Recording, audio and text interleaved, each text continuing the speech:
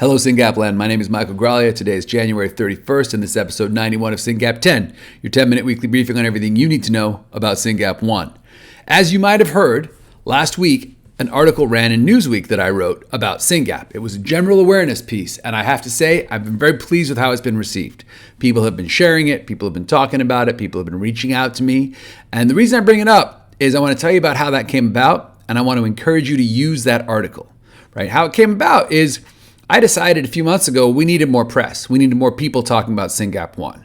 And I thought about three reasons for that. Reason number one, there's patients out there who've been diagnosed that haven't connected with the fund. We need to connect with those patients. We need to bring them into our community. So I thought I'd just send out a flare. Hey guys, we're out here. SYNGAP's a thing. There's a community.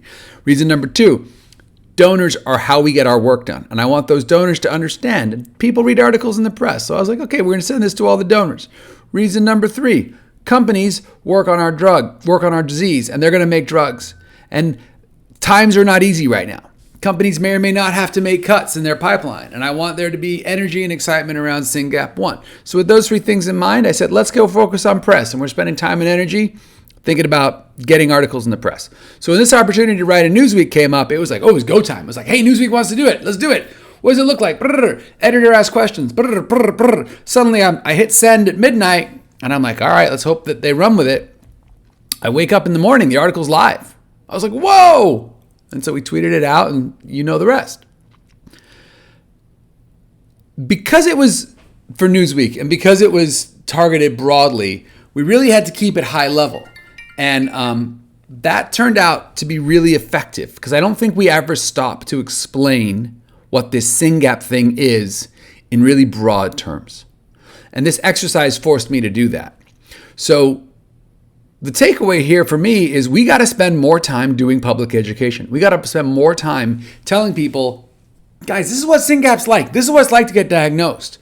But good news for you. SYNGAP.fund/NW for Newsweek, SYNGAP.fund/NW for Newsweek will take you to that article. So the next time you're talking to a family member, a community member, a neighbor, a teacher, a whatever, you don't have to explain the whole thing. You can be like, hey, read this article.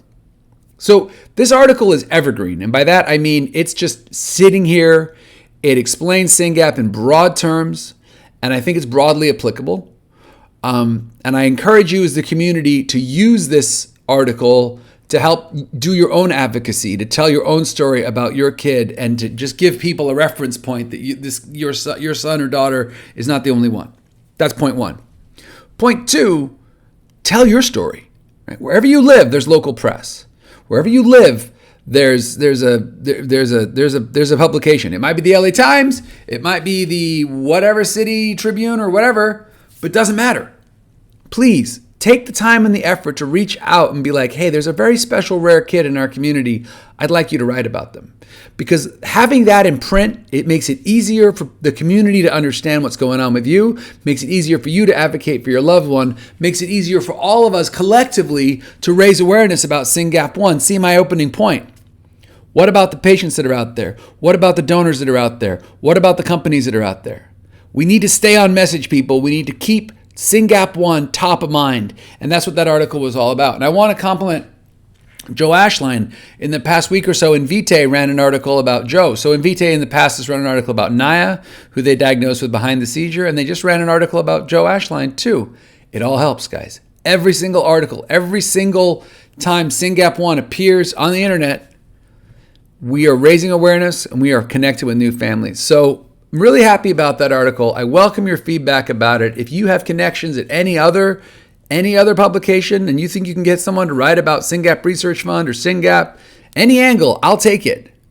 We got to keep the word out there, and we got to get everybody who's out there with a SYNGAPian, whether they know it or not, to know about us, right? So if they know it, they should be part of this community.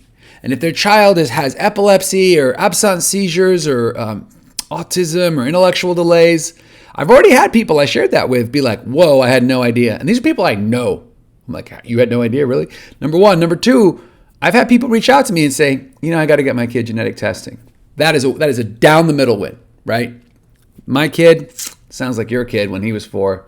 I got to get genetic testing. I don't know if that child has SYNGAP1 or something else, but if they got something, they got to know it, right? We all understand the value of getting a genetic diagnosis. So a little bit of a victory lap on Newsweek.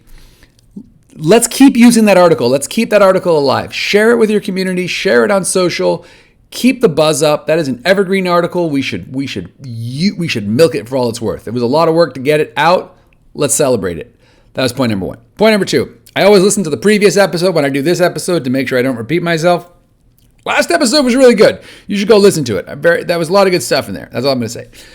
Point number three. Ciitizen. I checked in with Virginia and the team at Ciitizen. We are over 200 people in that enrolled and confirmed in Ciitizen. Thank you so much to all the families who have signed up for Ciitizen. Your data is being used by researchers and by industry. And for those of you who I talked to one family this week, was helping them with something, and I said, well, just look it up in Ciitizen. They said, oh, wait, we're not in Ciitizen because of privacy issues. I respectfully suggest that your child's data is safer in Ciitizen than almost anywhere else. Ciitizen takes privacy very seriously. So we're going to have a webinar soon with Virginia where she's going to walk through some of the privacy precautions and the way the data is shared out of Ciitizen. Please tune into that. Please watch the recording if you can't. Ciitizen takes privacy very seriously, and not sharing your data on Ciitizen is really a miss for our whole community. So I encourage everyone to sign up for Ciitizen, because there's so much cool stuff going on and we need that data, right? We need to be able to tell the story of how SYNGAP shows up clinically. That's actually, I'm going to come to that in a second. For example, we just put up our science presentations. We've just put up our science presentations from our science conference on December 1st. That's on our website, links in the show notes. And the thing you need to know there is one of those presenters was Dr. Danielle Andrade, who I've talked about in the past. And she talked about how SYNGAP shows up in adults, right? Especially if you have an adult SYNGAPian. Let's get that data in Ciitizen so Ciitizen can do the hard work of going through the records and pulling out the key points. So researchers like Dr. Andrade can write publications that help people understand this is what SYNGAP looks like. That is going to help your child who's an adult SYNGAPian. That's going to help all our children as they become adult SYNGAPians. And that's going to help us find the other SYNGAPians out there who are already adults. This data really matters, guys. It really, really matters. So I want to thank Corey and Lauren and everybody else who's helped recruit someone into Ciitizen. It's a huge effort and it matters. And I just want to give a shout out to, as you know, SYNGAP Research Fund is organized in sort of 6 working groups, right? One of them is the medical science team that's led by Hans and Marta and JR. One of them is community activation that's led by Corey, incredible. One of them is marketing and comms that's led by Ed, incredible. Resource mobilization has been led by Peter since the beginning, incredible. Kevin and Rebecca and soon Stephanie are leading critical ops, which is finance and legal. And partnerships have been led for the longest time by Pavel. These people are doing an incredible job, and I'm sitting on a lot of mailing lists and a lot of Slack messages, and I'm seeing these teams start to gel. People are having meetings and getting things done, and I'm not even there. I love it. So thank you so much to those group leaders. We as a community are killing it, and it's because people are stepping up, people are becoming stronger leaders, and are really taking ownership for this community, and that's how we're going to get it done, folks. That's how we're going to get it done at scale. We have so much work ahead of us. And it's only going to happen if we organize, leaders step up, and we get things done. So my deep and heartfelt thanks to everyone I just mentioned. And I just want to end by saying, I might actually end on time today. Probably not. Tomorrow is February 1st, which means March 1st is a month away. Look at me. And March 1st is when we accept grant applications. And grant applications matter because that's when we take the money that this community has raised and we use it to improve the future of our loved ones. And I just want to mention, if any researchers are out there, here are the priorities we're thinking about right now. Biomarkers and endpoints. What are we going to measure in trials? Variants of uncertain significance. How are we going to resolve them? How are we going to get patients out of the I don't know bucket into the welcome to the SYNGAP community bucket? Getting SYNGAP in the literature, things like Dr. Andrade's work. How are we going to describe our patients in the literature so doctors everywhere can find them?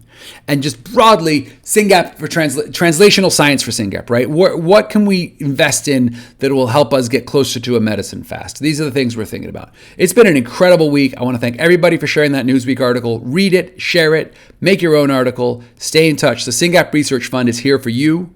Come, join it, work with us, help us improve the future for SYNGAPians.